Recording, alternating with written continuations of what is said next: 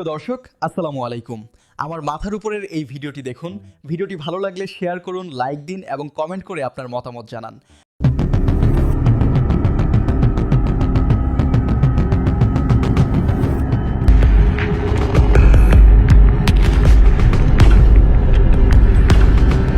America ইসরায়েলের যৌথ হামলার শুরুর দিকে অনেকটাই মিত্রশূন্য হয়ে পড়ে ইরান। বহু পুরনো চীনও তাদের পাশে ছিল না। তবে যুদ্ধ শুরু 3 দিন পর দুইটি শক্তিশালী মিত্রকে পাশে পেয়েছে তেহরান। যে মিত্রদের চাপ পিছু হটতে বাধ্য হচ্ছে যুক্তরাষ্ট্র। স্পেনের সঙ্গে সব ধরনের বাণিজ্যিক সম্পর্ক ছিন্ন করার ঘোষণা দিয়েছেন যুক্তরাষ্ট্রের প্রেসিডেন্ট ডোনাল্ড ট্রাম্প। ইরানের ওপর সম্ভাব্য হামলার ক্ষেত্রে স্পেন তাদের সামরিক ঘাঁটি ব্যবহার করতে না দেওয়ায় তিনি এ সিদ্ধান্তের কথা জানান। ট্রাম্প ভেবেছিল এই সিদ্ধান্তের ফলে তারা হয়তো স্পেনকে চাপে ফেলতে পারবে, কিন্তু হয়েছে ঠিক তার উল্টো। স্পেন সরকার বলেছে যুক্তরাষ্ট্র চাইলেই একতরফা সিদ্ধান্ত নিতে পারবে না। আন্তর্জাতিক আইন এবং ইউরোপীয় সংঘের সঙ্গে বিদ্যমান দ্বিপাক্ষিক বাণিজ্য চুক্তিগুলো মেনে চলতে হবে যুক্তরাষ্ট্রকে। স্পেন আরও জানিয়েছে যুক্তরাষ্ট্র সম্ভাব্য বাণিজ্য নিষেধাজ্ঞা আরোপ করলে তা মোকাবেলার জন্য স্পেনের প্রয়োজনীয় সক্ষমতা ও প্রস্তুতি রয়েছে। দেশটি যে কোনো অর্থনৈতিক চাপ সামাল দিতে প্রস্তুত বলেও স্পষ্ট করেছে স্পেন। রাজনৈতিক বিশ্লেষকরা মনে করছে স্পেনের এই জবাব উন্মাদ ট্রাম্পের মুখে চপেটাঘাত করে। শনিবার যুক্তরাষ্ট্র ও ইসরায়েলের হামলাকে একতরফা সামরিক পদক্ষেপ আখ্যা দিয়ে তীব্র সমালোচনা করেন স্পেনের প্রধানমন্ত্রী পেদ্রো সানচেজ। তিনি যুক্তরাষ্ট্র ও ইসরায়েলের একতরফা সামরিক পদক্ষেপ প্রত্যাখ্যান করেছেন।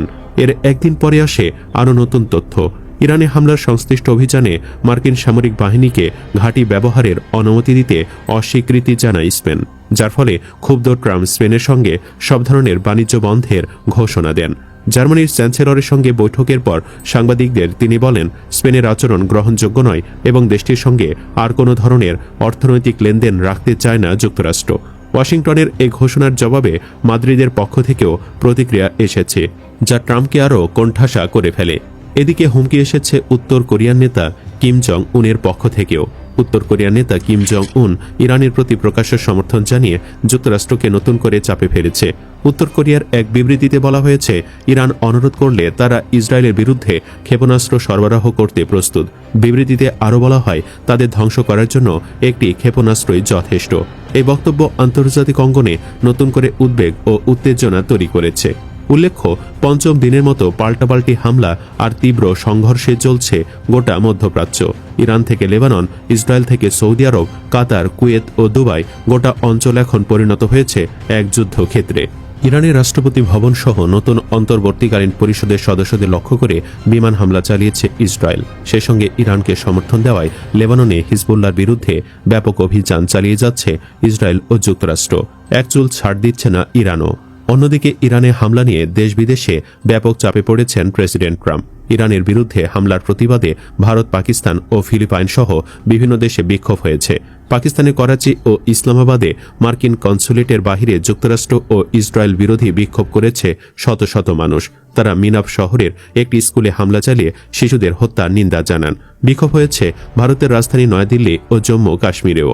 তারা মার্কিন বিরোধী স্লোগান দেওয়ার পাশাপাশি খামেনি হত্যা ইস্যুতে ভারতের প্রধানমন্ত্রী নরেন্দ্র মোদী নীরবতার কঠোর সমালোচনা করেন।